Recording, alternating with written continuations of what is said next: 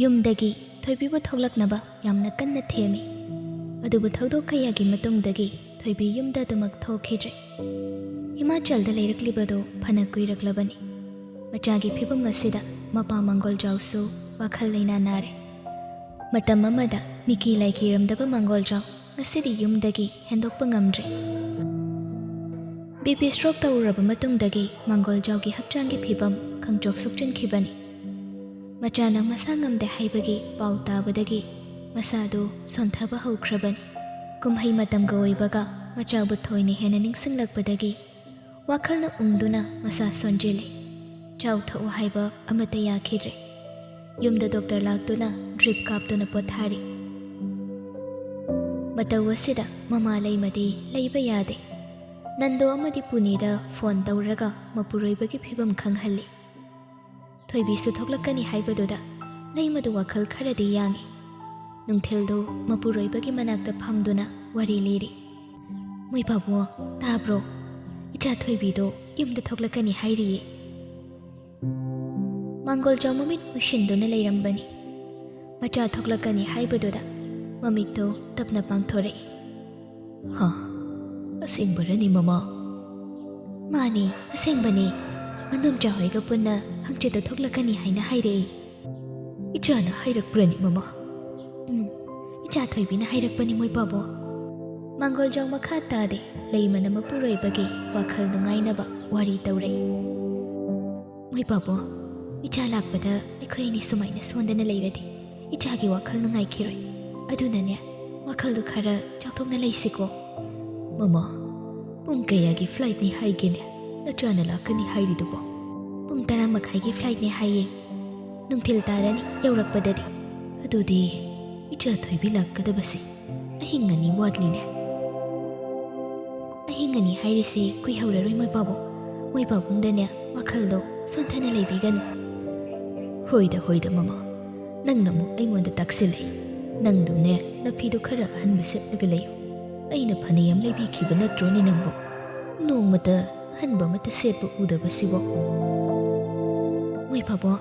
ꯏꯆꯥ ꯂꯥꯛꯑꯒ ꯁꯦꯠꯀꯦ ꯍꯥꯏꯗꯅ ꯉꯥꯏꯔꯤꯕꯅꯤ꯫ ꯂꯩ, ꯃꯈꯣꯏ ꯄꯥꯕꯨꯡꯅ ꯂꯩꯕꯤꯕ ꯃꯃꯜ ꯌꯥꯝꯅ ꯌꯥꯝꯂꯕ ꯐꯖꯕ ꯐꯅꯦꯛ ꯐꯤ ꯃꯌꯥꯝ ꯑꯃ ꯂꯩ꯫ ꯏꯆꯥ ꯂꯥꯛꯄꯗ ꯆꯤꯛꯊꯣꯛꯇꯅ ꯏꯟꯒꯗꯧꯔꯤꯕꯅꯤ꯫ ꯃꯇꯝ ꯑꯃꯗ ꯃꯄꯥꯒꯤ ꯋꯥꯍꯩ ꯑꯃꯗ ꯃꯃꯥ ꯂꯩꯃꯅ ꯍꯪꯒꯠꯅ ꯈꯨꯝꯕ ꯉꯝꯈꯤꯗꯦ꯫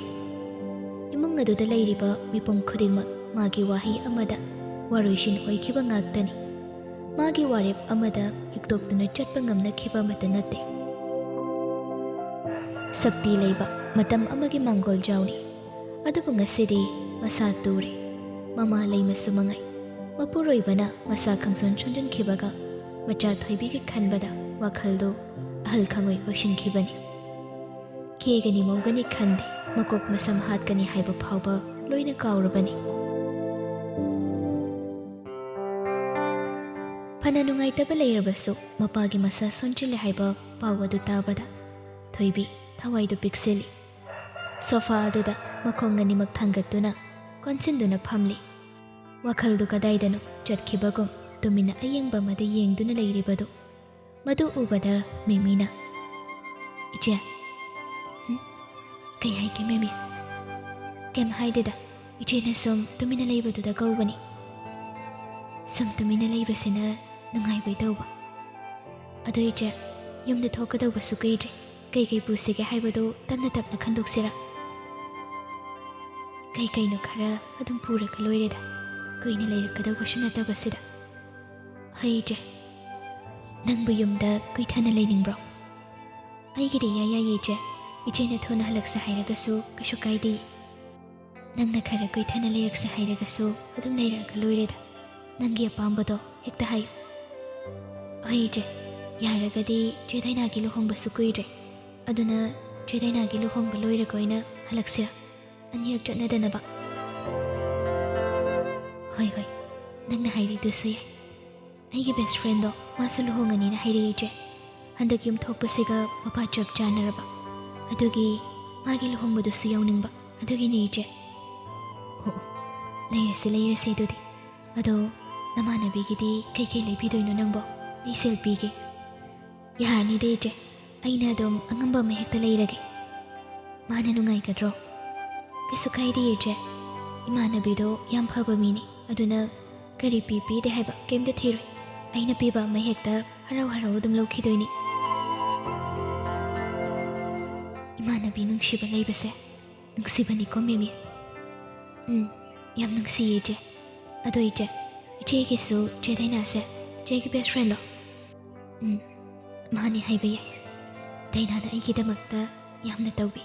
यामना सुवाबी ngasi hay na mafam asida lairibasisu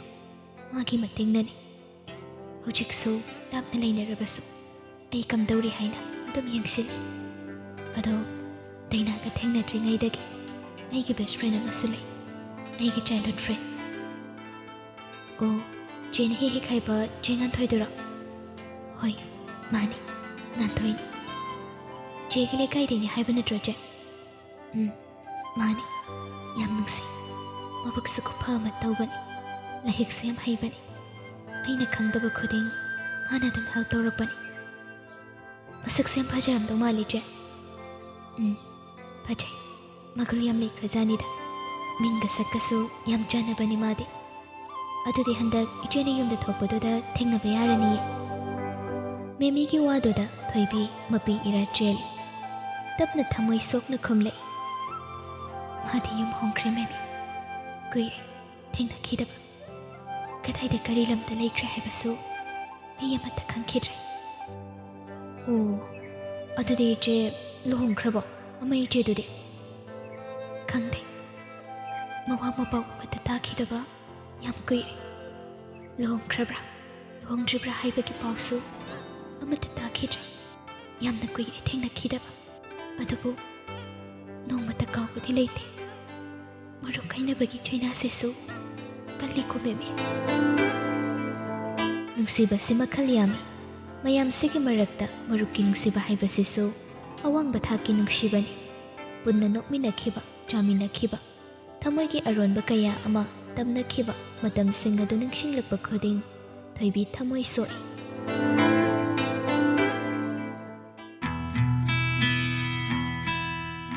Thabal numita wari sana khibadagi wari shusanadri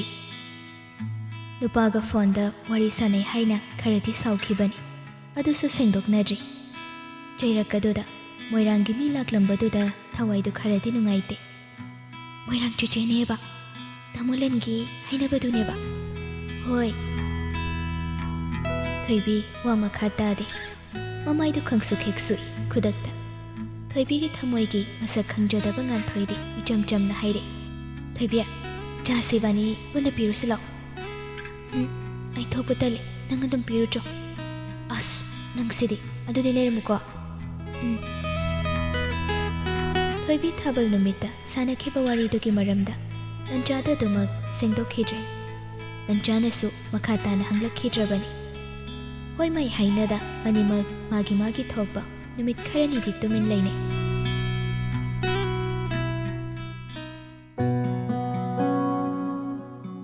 thoibi di lanchana tumina laikhibaga moirangdagi milaklambaga masadu khoirangi numit kharani leiraga class 12 ka haure aduna ayukta lairik tawbasu haunaba tawrasi haina lanchana ngan thoida khanghalai aduba thoibi ayukta tuition tawbadu chaningba phaude thoibina lakningde la aroi haira I haidana ngan thoina mapungda muktami lancha sauningbadi phaude adubu masigi angang se haidana machindadi soli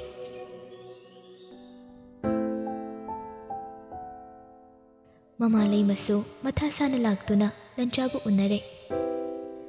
ibungo lancha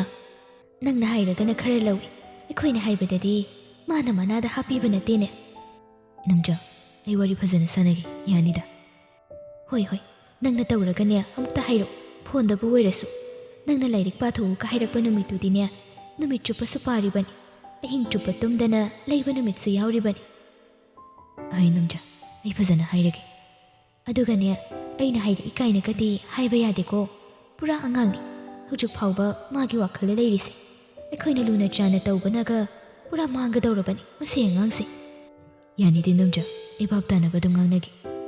hoi hoi ai horen tharake nangna ne na chalse khara gyan tana ba hairo koi bungo ai namja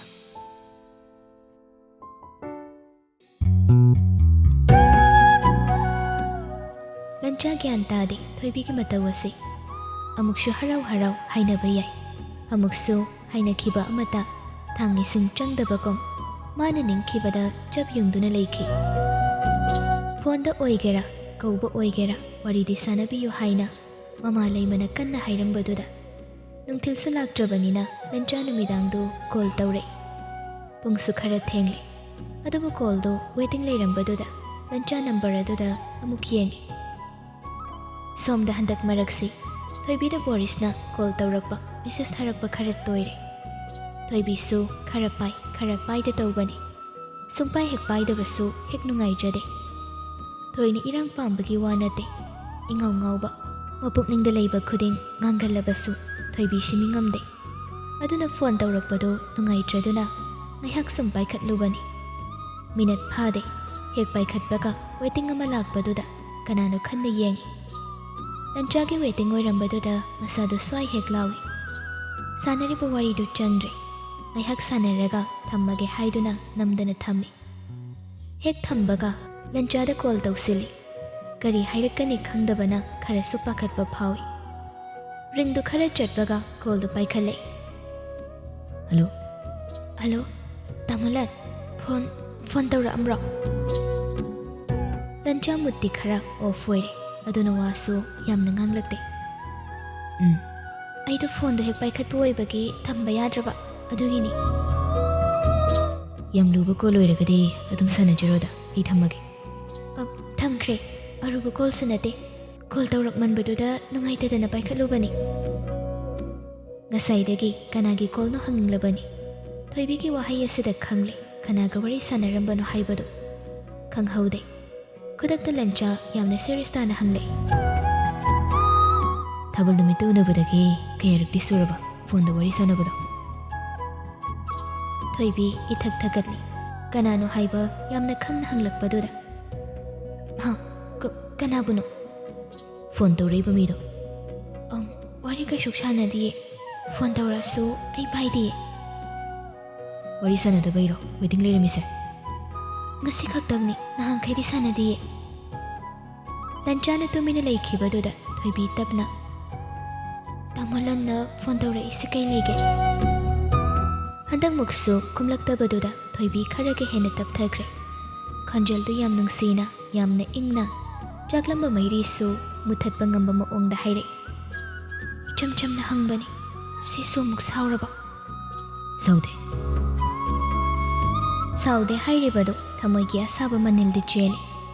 ꯂꯟꯆꯥꯒꯤ ꯄꯨꯛꯅꯤꯡꯕꯨ ꯏꯪꯍꯜꯂꯒꯦ ꯃꯇꯥꯒꯨꯝ ꯊꯣꯏꯕꯤꯁꯨ ꯏꯪꯅ ꯃꯦꯡꯅ ꯍꯥꯏꯔꯛꯏ note ꯁꯤꯟꯗꯧꯕ ꯂꯩꯕ꯭ꯔꯣ note ꯁꯤꯜꯂꯣ ꯍꯥꯏꯔꯣ ꯇꯥꯃꯣꯂꯟ ꯀꯌꯥꯝ ꯁꯤꯜꯂꯣ ꯍꯥꯏꯕꯅꯣ ꯀꯗꯥꯏꯗꯒꯤ ꯅꯤꯡꯁꯤꯡꯂꯛꯄꯅꯣ ꯈꯪꯗꯦ note ꯁꯤꯟꯕꯒꯤ ꯋꯥ ꯍꯥꯏꯔꯛꯄꯗꯨꯗ ꯂꯟꯆꯥ ꯉꯥꯡꯐꯝ ꯍꯦꯛ ꯈꯪꯗꯦ ꯇꯥꯏꯃꯤꯡꯁꯤꯗ ꯏꯪꯒꯤꯠ ꯏꯔꯥꯡ ꯑꯃꯠꯇ ꯈꯪꯗꯅ ꯏꯆꯟ ꯆꯟꯅꯗꯕ ꯑꯃ ꯍꯥꯏꯔꯛꯄꯗꯨꯗ ꯂꯟꯆꯥꯁꯨ ꯆꯞ ꯆꯥꯅ ꯍꯦꯛ ꯈꯨꯝꯂꯛꯏ ꯅꯨꯃꯤꯗꯥꯡ ꯑꯁꯤꯒꯤ ꯈꯣꯟꯖꯦꯜꯁꯤꯗ ꯃꯤꯒ ꯋꯥꯔꯤ ꯁꯥꯟꯅꯕꯗꯣ ꯅꯃꯠ ꯃꯥꯡꯗꯅꯕ ꯂꯥꯏꯔꯤꯛ ꯑꯊꯥꯕ ꯑꯃ ꯄꯤꯔꯛꯀꯦ ꯑꯗꯨ ꯁꯤꯜꯂꯨ ꯐꯣꯟꯗ ꯋꯥꯔꯤ ꯁꯥꯟꯅꯗ꯭ꯔꯗꯤ ꯁꯤꯟꯕ ꯌꯥꯗꯕ꯭ꯔꯣ ꯇꯥꯃꯣꯂꯟ ꯌꯥꯗꯦ ꯑꯗꯨꯗꯤ ꯅꯣꯠꯁꯇꯣ ꯁꯨꯡꯁꯤꯟ ꯁꯤꯜꯂꯔꯣꯏ ꯈꯪꯉꯤ ꯁꯤꯜꯍꯟꯅꯤꯡꯉꯒꯗꯤ ꯅꯨꯡꯇꯤꯒꯤ ꯇꯥꯃꯣꯂꯟꯅ ꯑꯣꯏꯅ ꯀꯣꯜ ꯇꯧꯔꯛꯄ ꯇꯥꯕ ꯑꯩꯅ ꯇꯧꯗ꯭ꯔꯒꯁꯨ ꯇꯧꯕꯤꯅꯕ ꯋꯥꯔꯤ ꯁꯥꯟꯅꯅꯕ ꯌꯥꯝ ꯂꯩꯔꯤꯗꯨꯗꯤ ꯂꯩꯇꯦ ꯀꯩꯁꯨ ꯊꯥꯖꯗ꯭ꯔꯒꯅ ꯀꯣꯜ ꯍꯤꯁꯇ꯭ꯔꯤꯗꯣ ꯁ꯭ꯀ꯭ꯔꯤꯟꯁꯣꯠ ꯇꯧꯔꯒ ꯍꯧꯖꯤꯛ ꯊꯥꯔꯛꯀꯦ ꯌꯥꯔꯦ ꯑꯩ ꯌꯦꯡꯗꯦ ꯑꯝꯇ ꯁꯥꯎꯔꯒ ꯁꯨꯝ ꯂꯩꯗꯣꯏ ꯁꯔꯨꯛꯄꯨꯗꯤ ꯌꯦꯡꯕꯅ ꯐꯠꯇ꯭ꯔꯣ ꯇꯥꯃꯣꯂꯟ ꯑꯩꯅ ꯐꯣꯟꯗ ꯅꯨꯃꯤꯗꯥꯡꯗ ꯃꯤꯒ ꯋꯥꯔꯤ ꯁꯥꯟꯅꯒꯅꯨ ꯍꯥꯏꯈꯤꯕꯗꯣ ꯑꯗꯨꯒꯤ ꯅꯨꯡꯒꯤ ꯑꯔꯊꯗꯣ ꯅꯪ ꯈꯪꯗ꯭ꯔ ꯃꯥꯜꯂꯦ ꯏꯆꯝ ꯆꯝꯕ ꯋꯥꯍꯩꯅ ꯏꯔꯨ ꯂꯨꯕ ꯋꯥ ꯍꯟꯗꯣꯛꯆꯜꯍꯟꯕꯁꯦ ꯇꯥꯃꯣꯂꯟ ꯅꯪꯒꯤ ꯅꯋꯣꯡꯂꯥ ꯅꯪꯅ ꯒ꯭ꯌꯥꯟ ꯇꯥꯗ꯭ꯔꯁꯅꯨ ꯋꯥꯁꯨ ꯉꯥꯡꯒꯟꯗꯕ ꯉꯥꯡꯂꯛꯄ ꯈꯔꯁꯨ ꯑꯔꯨꯕ ꯋꯥꯍꯟꯊꯣꯛ ꯑꯣꯏꯍꯟꯕ ꯑꯩꯅ ꯄꯪꯃꯟꯕꯒꯤꯔ ꯇꯥꯃꯣꯂꯟꯅ ꯂꯨꯒ ꯌꯥꯎꯅ ꯂꯨꯍꯟꯕꯒꯤꯔ ꯁꯤꯃꯁꯨ ꯑꯩ ꯈꯪꯗꯦ ꯅꯪ ꯌꯥꯝ ꯑꯉꯥꯡ ꯑꯣꯏꯔꯤ ꯐꯣꯟ ꯄꯥꯏꯔꯒ ꯃꯇꯝ ꯃꯥꯡꯍꯟꯒꯅꯨ ꯍꯥꯏꯕꯅꯤ ꯐꯍꯟꯅꯤꯡꯕꯒꯤꯅꯤ ꯑꯩꯅ ꯍꯥꯏꯔꯤꯁꯦ ꯄꯥꯏꯔꯔꯣꯏꯒꯦ ꯊꯦꯡꯉꯦ ꯇꯨꯝꯅꯕ ꯇꯧꯔꯣ ꯊꯣꯏꯕꯤꯒꯤ ꯑꯗꯨꯛ ꯂꯨꯝꯊꯕ ꯈꯣꯟꯖꯦꯜ ꯑꯗꯨꯛ ꯅꯨꯡꯁꯤꯕ ꯋꯥꯉꯥꯡ ꯑꯗꯨꯛ ꯃꯥꯕꯨ ꯆꯥꯛꯍꯟꯕ ꯃꯇꯧ ꯃꯌꯥꯝꯁꯤ ꯂꯣꯏꯅꯃꯛ ꯄꯥꯝꯃꯨꯔꯦ ꯉꯁꯤꯗꯤ ꯅꯨꯃꯤꯗꯥꯡ ꯅꯥꯁꯣꯜ ꯄꯤꯛꯅ ꯇꯥꯔꯤꯕ ꯈꯣꯟꯖꯦꯜ ꯑꯁꯤꯗꯤ ꯍꯥꯏꯔꯨꯅꯨ ꯏꯆꯝ ꯆꯝꯕ ꯃꯇꯝꯗ ꯉꯥꯡꯕ ꯐꯥꯎꯕ ꯑꯇꯩ ꯅꯤꯄꯥ ꯀꯅꯥꯅꯁꯨ ꯇꯥꯍꯟꯅꯤꯡꯗꯦ तसेंगना मागी खक्ता ओइनिंगले ngasidi haying layrak tawbado thengna lakpa yaroi aibu ngai henganu thoibi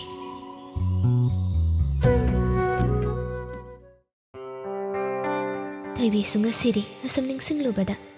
numittuda bhabmen ita tada saurini haiduna tongna khiba utna khiba oinaba matawdu nungsinglubada nokfet tawi hawjik ningsingliba khaksina nokningba natte numit adugi mathangi numit adu ningsinglubada hena nokningbani ngasidi thoibi hokhiba matam ama ningsinglaga maithongda noklibadu ahanbani wakhalda mature oibagi khudamni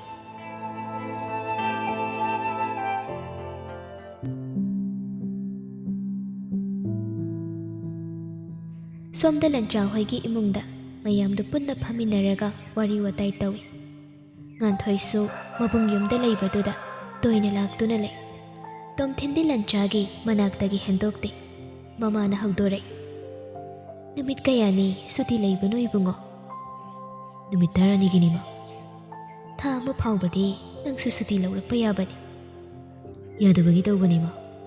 nangi thabak maphamdubu noigi transfer kaidubu lakpa yadabrone lancha khumde tomthinga sanaduna lei nganthoi oina yabani ma khara leiraga somda tarakani mamana makha tai aina thaina daki haisabaduni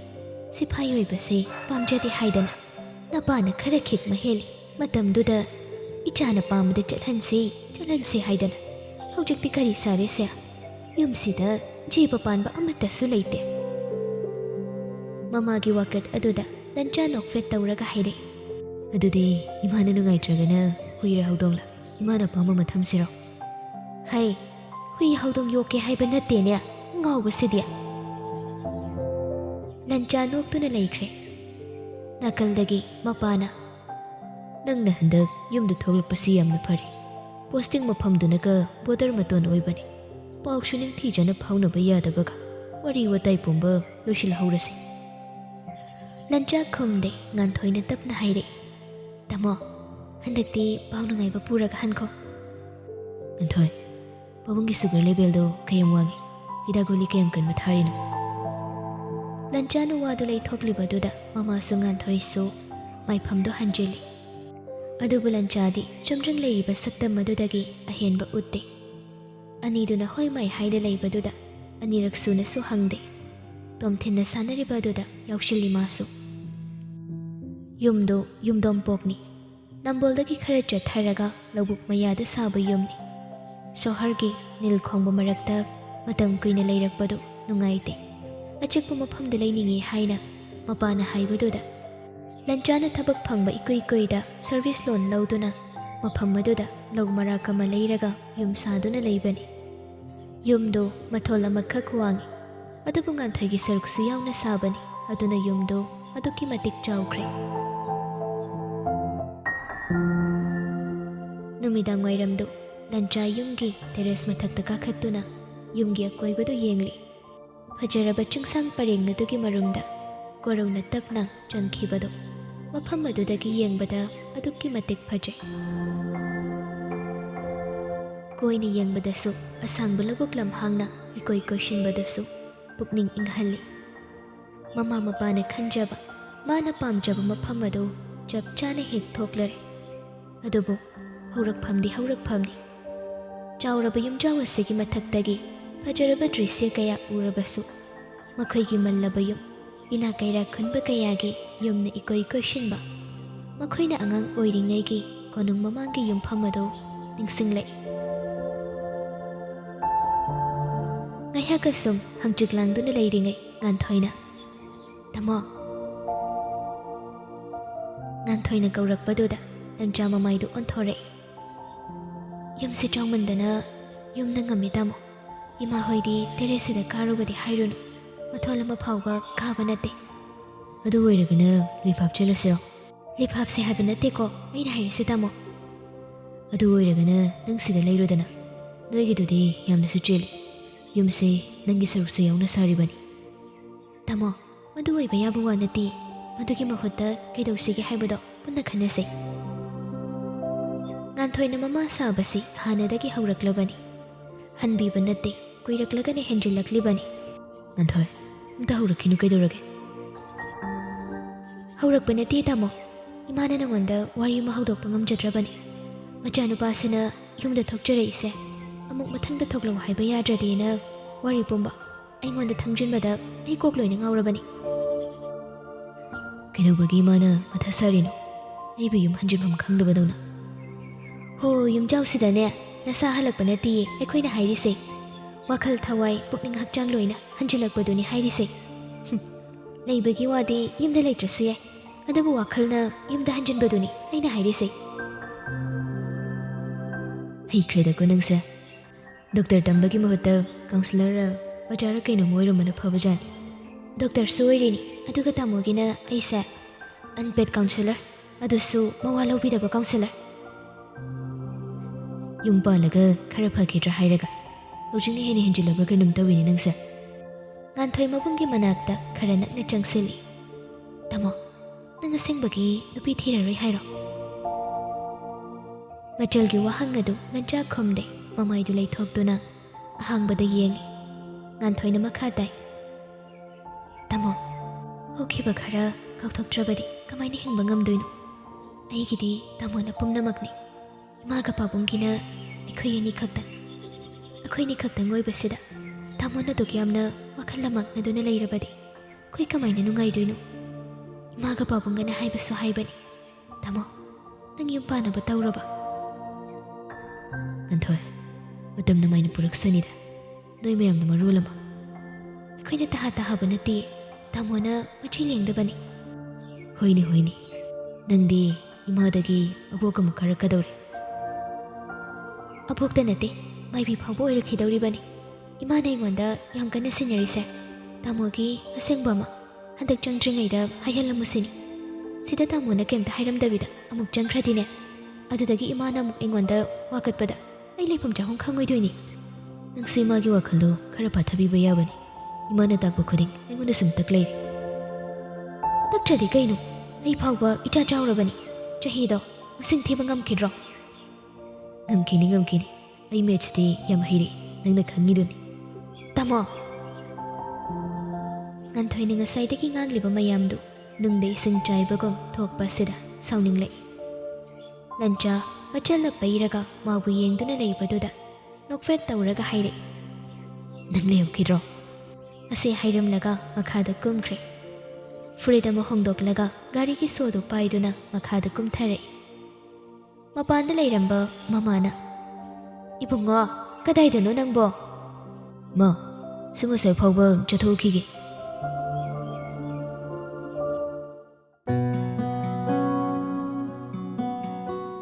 मचलगी कोइथत्तबु मओंग अदुदा कोइथानि युमदा लेरगदि मयाम अमा पुथोरक्लनि खनबदा तल्लदुना गाड़ी थौदोक्तुना लाक्पनि कदोमदा करम्बा मरुपकी मनाक्तु चटकनि हाइना target तौदुना थोक्लक्पा नत्ते गाड़ीदो अवांग पांगना थौख्रे assume चुमद्रिंग थौरक्पना Nambol हेंदोरक्ले क्वा कैथेल कैशाम्पात यौरक्पदाय वाइदा लंबीगी नाकलदा cafe restaurant मयाम अमगी मैंगाल उरिबदो गाड़ी खामदुना करीगुंबा मथक्के चागे हाइबसु खंदे मथंग असम लाक्पना कोनुंग ममांग यौरक्ले